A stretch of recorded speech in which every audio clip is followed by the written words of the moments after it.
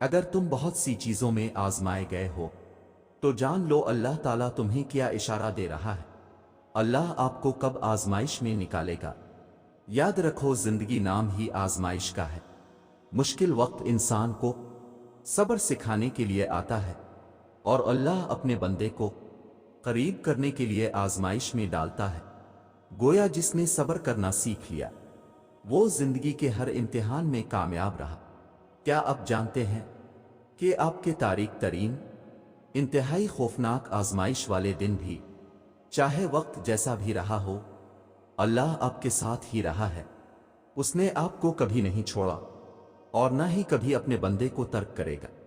اس سے دعا کریں اور اپنے آپ کو یاد دلائیں کہ اللہ کسی انسان پر کبھی بھی اس کی برداشت سے بڑھ کر بوجھ نہیں ڈالتا۔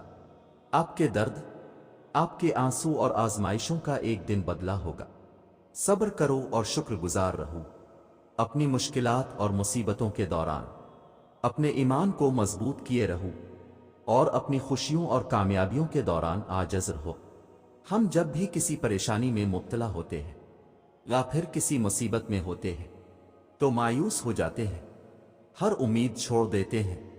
ہم اپنے برے وقت میں اتنا گھبرا جاتے ہیں کہ غلط راستہ چن لیتے ہیں، اور اتنا بھول جاتے ہیں کہ اللہ پاک کو ناراض کر دیتے ہیں، کیونکہ اللہ پاک نے اپنے ہر بندے سے وعدہ کیا ہے کہ اگر اس کے بندے اس کے بتائے ہوئے صبر اور شکر کے راستے پر چلیں گے تو وہ اپنے بندوں کا ساتھ کبھی نہیں چھوڑے گا، ان کا ہاتھ ہمیشہ تھام کر رکھے گا۔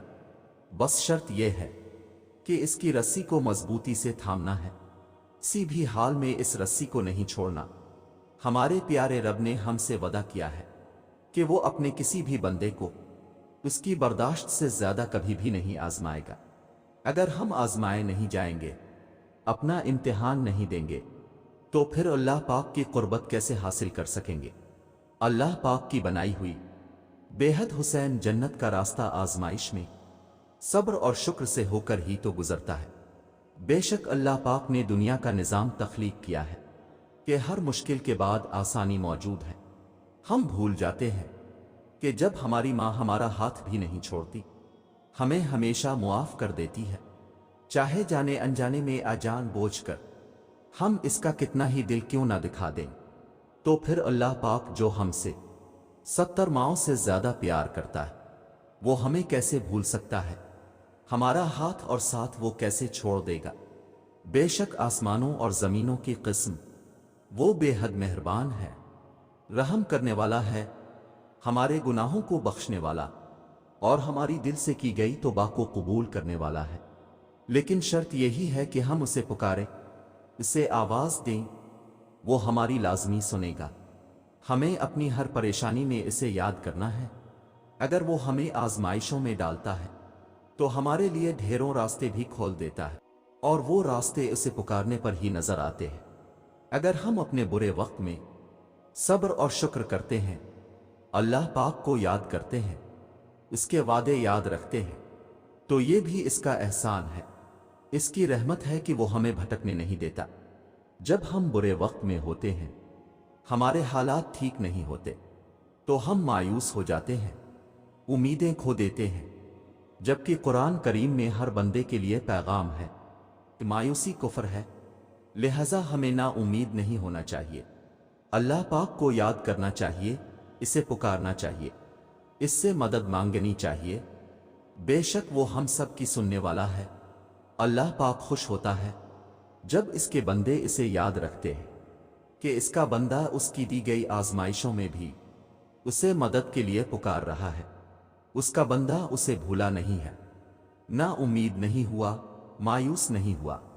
پھر وہ اپنے بندے کو اپنی قربت بخش دیتا ہے، اور پھر اس کا پیارا بندہ ہر آزمائش کو پرسکون طریقے سے گزارتا چلا جاتا ہے، کیونکہ اللہ پاک نے وہ ہاتھ بہت مضبوط سے پکڑ رکھا ہے، اسے لڑکھڑانے بھی نہیں دیتا۔ پھر وہ رب، ہمارا سب سے بڑا مسئلہ یہ ہے کہ ہم اپنے مشکل وقت میں اللہ پاک کو آخری سہارا مانتے ہیں، جبکہ اللہ پاک ہمارا واحد سہارا ہے، اور اگر ہم اسے واحد سہارا نہیں مانتے تو ہم ذلیل و رسوا ہو کر رہ جاتے ہیں۔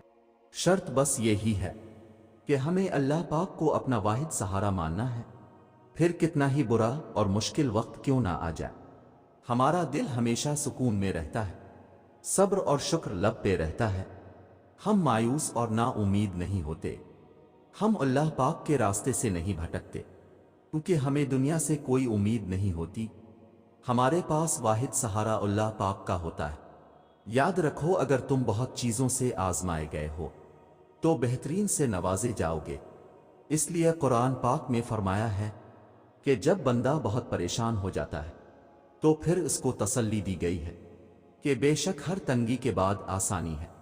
اللہ رب العزت کے سامنے ایسے گڑ گڑا کر مانگیں کہ اللہ پاک آپ کے انساؤہے کو دیکھ کر فوراً عطا کر دے۔ حضرت ایوب علیہ السلام کو اتنی بڑی بیماری میں اتنے عرصے کے بعد جب صحت عطا کی گئی تو اللہ پاک نے پہلے سے بھی زیادہ نعمتیں ان کو عطا کی، حالانکہ وہ سب جو پہلے تھا وہ تو تباہ ہو چکا تھا، لیکن حضرت ایوب علیہ السلام اپنے رب کی طرف ہی آہ گزاری اور شکر گزاری کرتے رہے اور مانگتے رہے، تو اللہ پاک نے بھی پھر ہر طرح کی نعمتیں عطا فرما دے۔ ہم نے بھی ہر حال میں اسباب کو اختیار کرتے ہوئے صرف اللہ پاک کی رحمت کی طرف توجہ کرنی ہے، انشاءاللہ اللہ پاک سب کے کام بنائیں گے۔ یقین رکھیں اللہ پر، بعض اوقات ہماری زندگی میں ہمیں صرف اندھیرا اور تکلیف ہی نظر آتی ہے، ایک بے نام سی بے سکونی گھیرے رہتی ہے، آنکھیں بس نم رہتی ہیں۔ یاد رکھیں، آپ تھک چکے ہیں پر آپ کا رب نہیں تھکتا ہے، آپ کچھ نہیں کر سکتے ہیں پر آپ کا رب سب کر سکتا ہے۔ یہ جو اندھیرا ہے نا، وہ رب اس کو روشنی بنانے پر قادر ہے۔ ہر تکلیف رحمت کا مرہم لے کر آتی ہے، ہر اندھیرا روشنی لے کر آتا ہے، ہر مشکل آسانی لاتی ہے۔ زندگی جامد نہیں رہتی ہے، آج کچھ نہیں ہے کل سب ہوگا، صرف اپنے اللہ پر یقین رکھیں۔ نماز، قرآن، سیرت وہ ہیں جن کو تھام کر آپ اپنی گھٹن زدہ زندگی میں تازہ ہوا پیدا کر سکتے ہیں، اذیت کو راحت میں بدل سکتے ہیں، تکلیف کو آسانی میں بدل سکتے ہیں، اکتاہٹ کو سکون میں بدل سکتے ہیں، غم کو خوشی میں بدل سکتے ہیں۔ بس یہ بات مضبوطی سے پکڑ لیں کہ میرا اللہ ہر چیز پر قادر ہے، پر امید رہیں، اللہ سے امید لگائے رکھیں۔ اگر اللہ کچھ محرومیوں کا ہماری ذات کا حصہ بناتا ہے تو بہت سی رحمتوں سے بھی ہمیں نوازتا ہے، اگر وہ کوئی داستان ادھوری چھوڑتا ہے تو بہت سے قصوں کو ان کے پرسکون اختتام تک بھی لاتا ہے۔ زندگی اسی کا نام ہے، کچھ مل گیا اور کسی کو کھو دیا۔ جو صبر نہیں کرتے وہ ہمیشہ بے چینی میں مبتلا رہتے ہیں، اور جو صبر کر لیتے ہیں اللہ انہیں اپنی چاہت میں سکون دے دیتا ہے۔